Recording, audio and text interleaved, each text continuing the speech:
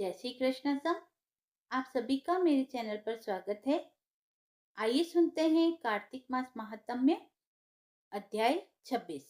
नारद जी ने कहा, देवगणों के ऐसे वचन सुनकर धर्मदत्त ने कहा, सब मनुष्य भगवान विष्णु की प्रसन्नता के लिए विधिवत आराधना, यज्ञ, दान, व्रत, तीर्थ तथा तपस्या आदि करते हैं, किंतु कोई ऐसा सरल उपाय बतलाइए जिसके करने से इन सब का फल प्राप्त हो। गणों ने कहा, हे द्विज श्रेष्ठ, आपका प्रश्न श्रेष्ठ है। हम आपको भगवान विष्णु को शीघ्र प्रसन्न करने का उपाय बताते हैं। हम इतिहास सहित प्राचीन वृत्तांत सुनाते हैं, सावधानी से सुनो। प्राचीन काल में कांचीपुरी में चोल नामक चक्रवर्ती राजा राज्य करता था। उसी के नाम से उसके देश का नाम भी चोल ही प्रसिद्ध था। राजा चोल के राज्य में कोई प्राणी दरिद्र, दुखी, पापी व रोगी न था। वह सब राजाओं के यज्ञ करने का प्रभाव था। ताम्रपणी नदी के दोनों किनारों पर सोने के यज्ञ स्तंभ सुशोभित थे। हे द्विजवर, एक दिन वह राजा भगवान विष्णु के पास गया।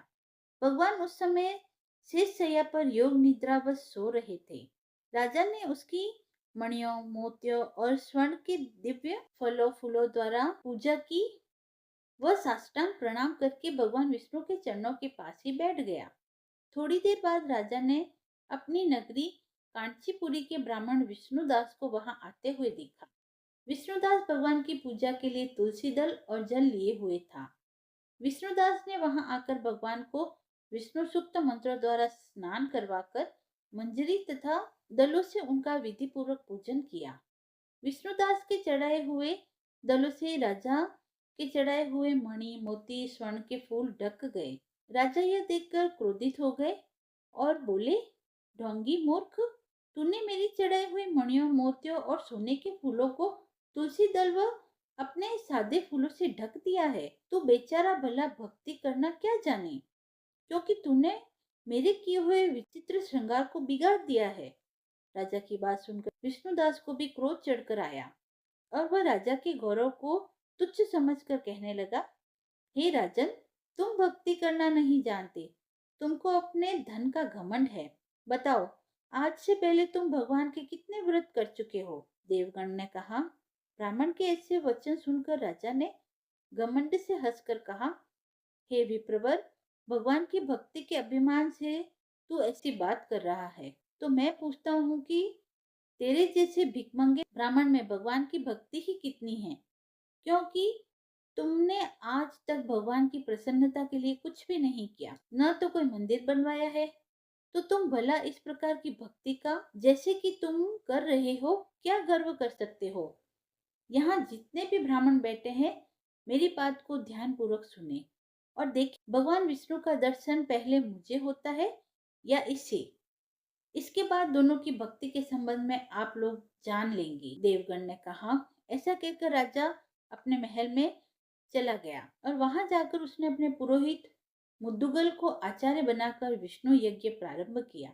उसने उस यज्ञ में अनेकों ऋषि महर्षियों को बुलाया, उनको बहुत सा अनाज व नकदी आदि दक्षिणा दी। जो यज्ञ पहले ब्रह्मा जी ने गया में किया था, वही यज्ञ राजा चोल ने अपनी नगरी चोल में किया। विष्णुदास भी अपने मंदिर में ही रहकर भगवान की प्रसन्नता के लिए व्रत करने लगा। उसने माघ तथा कार्तिक मास में व्रत किए, तुलसी के वन की और एकादशी के भगवान विष्णु के द्वादश अक्षर मंत्र का जप किया।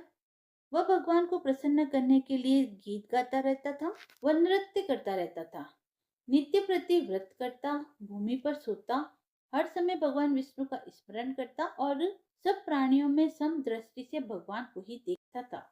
इस प्रकार राजा चोल और विष्णुदास दोनों को आराधना करते हुए बहुत दिन बीत गए। 26वां अध्याय समाप्त हुआ। आइए सुनते हैं कार्तिक मास महात्म्य।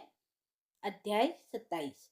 गणों ने कहा, विष्णुदास एक दिन भोजन तैयार करके भक्ति में तल्लीन था कि कोई उसका भोजन चुरा कर ले गया। लेकिन सायंकाल की आराधना हो सके तथा व्रत भंग न हो, इसलिए उसने उस दिन दोबारा भोजन तैयार नहीं किया। श्री नारद जी ने कहा, हे राजन, इस तरह लगातार 7 दिन तक कोई दूसरा भोजन चुराता रहा। तब वह हैरान होकर सोचने लगा कि यह तो बड़ी विचित्र घटना है। कि न जाने कौन हर रोज मेरे भोजन को चुरा कर ले जाता है। फिर भी वह देव स्थान को छोड़ना नहीं चाहता था। अगर मैं भोजन बनाकर खा लेता हूँ तो देरी हो जाएगी और पूजा छूट जाएगी। अतः मुझे भोजन बनाकर तुरंत खाना नहीं चाहिए। बिना भगवान को भोग लगाए वैष्णवों को भोजन नहीं करना चाहिए। अगर 7 दिन बिन भोजन के बीत गए हैं तो आज का एक दिन और सही। आज मैं भली भांति भोजन की रक्षा करूंगा और देखूंगा कि हर रोज इसे कौन चुरा कर ले जाता है। ऐसा सोचकर विष्णुदास भोजन के पास ही छिपकर बैठ गया। उसने थोड़ी देर बाद देखा कि वहां पर एक चांडाल आया, जिसका शरीर अत्यंत दुर्बल था। उसके शरीर पर केवल चमड़ी ही चमड़ी दिखाई दे रही थी। जब वह चांडाल भोजन चुरा कर चल दिया तो विष्णुदास ने उसे पुकारा, ए भाई, ये रूखा भोजन ले जाकर क्या करेगा? घी भी लेता जा। ऐसा कहकर वह श्रेष्ठ ब्राह्मण आगे की ओर बढ़ा। विष्णुदास को अपनी ओर आते देखकर वह चांडाल तेजी से दौड़ने लगा। वह ब्राह्मण से डर गया, लेकिन निर्बलता के कारण दौड़ भी तो नहीं सकता था, अतः वह भूमि पर गिर पड़ा और मूर्छित हो गया। चांडाल को मूर्छित देखकर विष्णुदास लपक कर उसके पास पहुंचा और अपने वस्त्र से उस पर हवा करने लगा। इसके बाद उसने जो कुछ देखा, उसे देखकर वह आश्चर्यचकित रह गया। उसने देखा कि उसके सम्मुख शंख चक्र गदा परम पीताम्बरधारी चतुर्भुजी रूप, अलसी के फूलों के समान वाली छाती से कौस्तुभ माला से सुशोभित साक्षात श्री भगवान विष्णु खड़े हैं। भगवान का दर्शन करके सात्विक भाव से मुक्त वह श्रेष्ठ ब्राह्मण उनकी स्तुति तथा प्रणाम कुछ भी न कर सका। वहीं पर सब इंद्र आदि देवता भी उपस्थित हो गए और गंधर्व तथा अप्सराएं आकर गीत गान करने लगी। वह नृत्य करने लगी। विष्णु भगवान ने अपना स्वरूप ब्राह्मण को प्रकट कर उसका आलिंगन किया और दिव्य विमान में बैठाकर उसे वैकुंठ को ले गई। दिव्य विमान में ब्राह्मण को विष्णु जी के साथ जाते हुए चोल राजा ने भी देखा। उसने अपने गुरु आचार्य मुद्गल को कहा कि मैंने जो यज्ञ आदि किए हैं वे सब व्यर्थ हुए। जितनी दान दक्षिणा मैंने ब्राह्मणों को दी वह असफल हुई। विष्णु भगवान के दर्शन नहीं हुए। विष्णुदास ब्राह्मण ने केवल श्रद्धा से भक्ति की। उसके प्रभाव से भगवान विष्णु ने आकर उसको दर्शन दिए। इसीलिए भक्ति ही सर्वोपरि है। मुझे विष्णु भगवान के दर्शन के लिए राजकाज त्याग कर भक्ति करनी चाहिए। राजा के कोई पुत्र न होने के कारण उसने अपने भांजे को राजगद्दी का अधिकारी बना दिया और स्वयं विष्णु भगवान की भक्ति करने लगा। बहुत काल तक भक्ति करने के बाद भी जब विष्णु भगवान के दर्शन नहीं हुए तो वह अग्नि कुंड में कूद पड़ा। अग्नि में प्रकट होकर भगवान विष्णु ने राजा को गोदी में उठा लिया और कहा कि मैं तेरे त्याग और भक्ति से बहुत प्रसन्न हूँ। उनका आलिंगन करके उसको दिव्य विमान में अपने साथ बैठाकर वैकुंठ को ले गई। भगवान विष्णु ने अपने समान रूप वाले ब्राह्मण को पुण्यशील और राजा चोल को सुशील नाम देकर दोनों को अपना द्वारपाल बनाया। 27वां अध्याय समाप्त हुआ। यदि आपको यह कथा पसंद आई हो तो आप मेरे चैनल को लाइक शेयर एंड सब्सक्राइब करें।